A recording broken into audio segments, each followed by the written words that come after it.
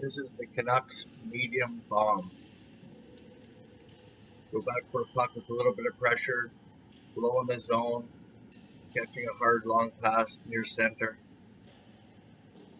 and knowing your teammates are coming hard, so figure out how to get the puck to them in case we don't.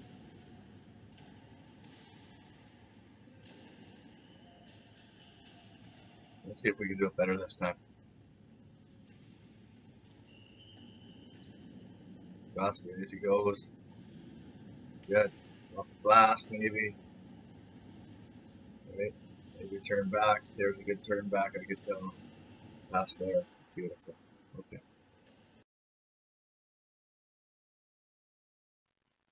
Okay, boys. We're going to talk about the Jets one, and it's on the screen right now, but we're not doing it exactly the way I want it. Okay, don't forget, remember when I talked about this drill, is the person here, forechecker, right? It's going to go against this player right here. They're 2 feet apart, 1 meter. That's it, right? And then we got the next guy. So when you dump this puck in, you put it around the boards of the goalie. You put it anywhere you want in the zone, right? He's got to go back and get it, and you're putting so much pressure on him, like ridiculous amount of pressure. I want you right on his ass. The goalie should be coming out here grabbing lots of pucks. And in that case, this player here can move it to the side, right? Or come pick up the puck from the goalie, right? But there's a forechecker coming hard. And as soon as the forechecker dumps the puck into the zone, they turn their stick upside down. I said that in the video, okay? So it should be fairly easy to find this player. He's coming deeper, okay? Or as a center. But where we can't do, we can never go this side of the ice. Never that side of the ice. So solve your problem on this side of the ice. Goalies get involved, okay? Eventually, we're going to get it to the forward on the breakout pass, anywhere. But what's happening here is this player, as we know, has to get out to here, and we're going to come back 2-on-1, right? But what's happening, we're coming out here like this, and it's not like, I want the attack to be so fast, this player to the blue. As soon as the defensive player that made the pass, his skates just touch this blue line, we're back. We're going. Like, it's onside. I don't want it to be like, 13-year-old onside where you're waiting for him. Go out here if you have to wait for him, right? But as soon as his skates hit, boom, we're gone. Like 100 miles an hour. And because the defender has got to come up the ice, his stick's upside down. Right? We get lots of chances on the goalie. Boom, chance. Find a rebound. Go get a rebound. Do another play. Chance. I want to see like lots of shots on this goalie on this Jets. This is about the defenseman figuring out a play under lots of pressure, okay, and then moving his feet hard, fast, right to the blue line. Boom. If he gets here, boom, turn and go. As soon as those skates turn, that puck should be re-entering the zone. Okay, and we're flying back down this side of the ice. Maybe get the puck out here for a shot, a drive, a tip. Okay, playing rebounds. Right, that's more like the Jets. Okay?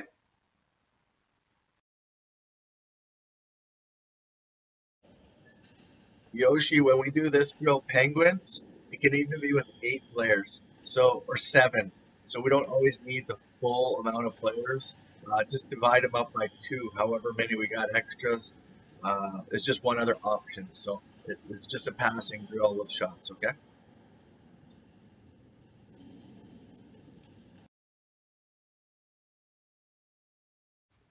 Okay, here we go for a face-off. Yes, everybody's lined up perfectly. Okay, I love it. The thing is, when we drop the puck, everyone's moving, and it happens here. So we're all set up now. I got lots of stuff to teach you guys from face-offs, but it always has to start like this, okay? And everyone does a good job here.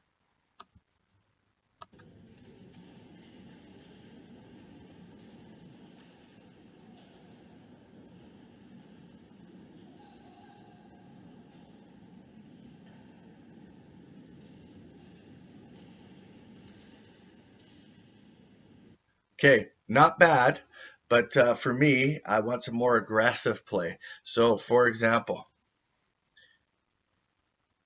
this puck. Okay, we got our high guy comes out a little too high. We don't need 3 guys at the blue line when we don't have the puck. But here comes a good play. Boom. Right now it's a 1-on-4. Okay, we got to eliminate this guy way earlier who just got this pass. So here comes the first white guy. But I need number 2, the defender that's on the wall, jump down the wall, block his route. He can't go anywhere. He's got no passing options. But we back up a little bit and we jump him there, but he jumps around us and the puck gets retrieved. Now we got it back there. Okay, that's okay. But we could have got that puck by center and turn and go. And I don't want to be waiting to go all the way back to our zone to win these puck battles. Okay, we saw one guy. Let's go at him ferociously, get that puck back and go.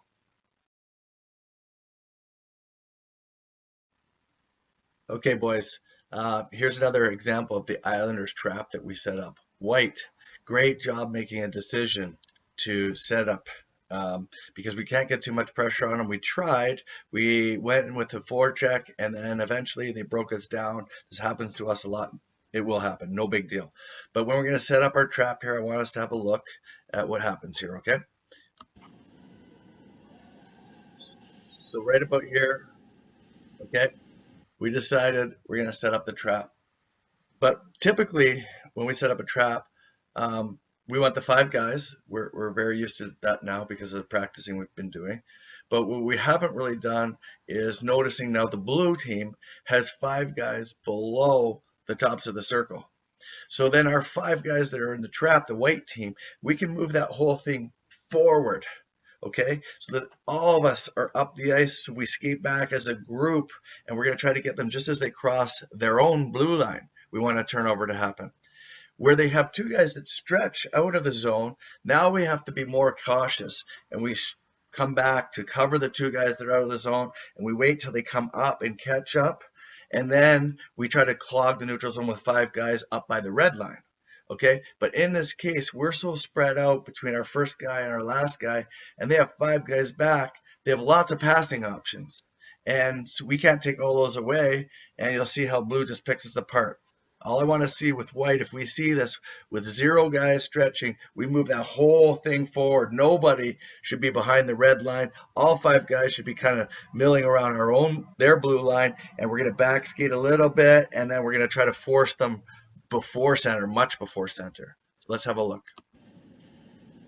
Okay, we're in a good setup if they had 2 stretch guys, but this case, no. So here comes a nice little drop pass. And it goes right back to the player that dropped it to him. Great execution by blue, but they just picked us apart because of all the options they have. And in the zone they go. Okay, so just remember, we're going to bring that forward if there's no stretch guys. Okay, boys, on this part here, a few things happen. Let's watch a little bit here. Okay, right now you can tell here comes blue. So no big deal. We lost a puck battle in the corner, and we got a high guy, so we're not outnumbered. But I'm wondering if our high forward can figure out how to surf this guy much earlier. So that's okay. Back skate a little bit, but maybe now we got to transition to start to surf on him a little bit, cut him off, and we wait and we wait, and we're kind of not really surfing towards them. We stay in the middle where I want to take space away from puck carriers. Let's just figure out a way to get to him, surf to him, and he makes a nice pass through us up the middle. And the only other thing, this doesn't bother me too much, these are details, is that when we're playing defense and we're skating backwards, that we're always like in between the dots, okay? I want our defensemen in between the dots until they decide the puck's wide and they can go, angle, surf, take guys into the corner. But when the puck's coming up the ice, we're not sure the options where it's going to go, left, right, center, that we're always in between the dots. In this case, our left defenseman is just a little bit too far outside the dots. And when the pass comes in the middle, it's kind of a mini 2-on-1.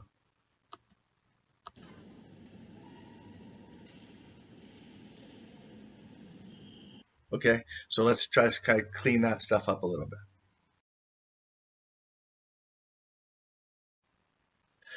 Okay, boys, we go for a scrimmage shift during practice here. I love it. And I love the alignment and guys really working hard on face-off. So this comes down really nicely off the start here.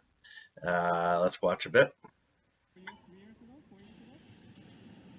Okay, White has the puck. I don't mind this play, trying to go up the middle. Okay, player bobbles it, goes to blue right here. Great quick attack. Love this. Back, we're coming. Look at this gap. We're going to go around white here easily. Okay, and we get right to here. Okay, there's no chance in the world we're ever scoring this goal. Okay, so what is another option we could do to make this life way more difficult for the goalie?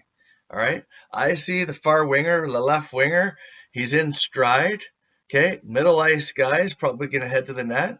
So why don't we take this puck here deep down into closer to the goal line, center it to the goalie's pads, off defenseman. Players are arriving at the net. Pucks are going to bounce around. We're going to bang in. I'm going to teach you to score goals this way, okay, boys? This shot here is never a good shot for us, all right? So let's drive that puck deeper.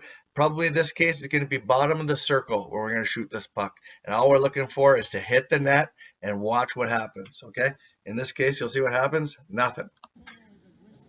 It's tipped up into the crowd. All right, face off. So we're looking to get pucks to the net when the guys are arriving. Okay, once again, we have a little bit of a weird lineup here. I'm not sure why, but the right winger feels like he needs to be back 5 feet from the hash marks.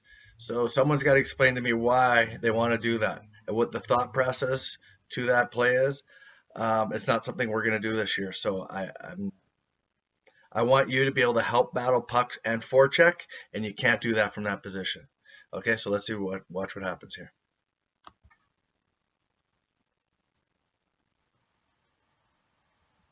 I mean, the puck's been dropped already 2 seconds. That player's barely moved. So we're not doing that for sure.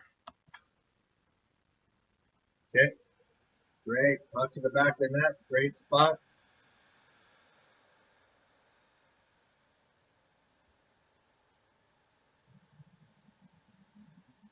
Good. Love it, Blue. Blue's doing a great job.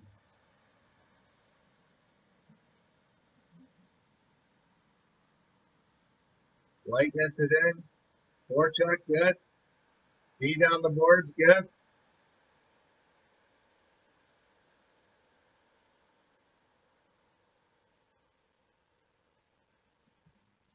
Okay, I would say White here had a good chance at the forecheck, but couldn't get anybody. But now we have a player that's going to forecheck all by himself. We never want to do that. What's he doing?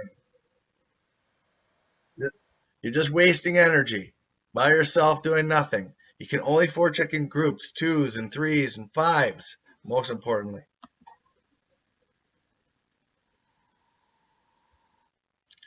Okay, we got a blue player way out of the far blue line. I don't mind that.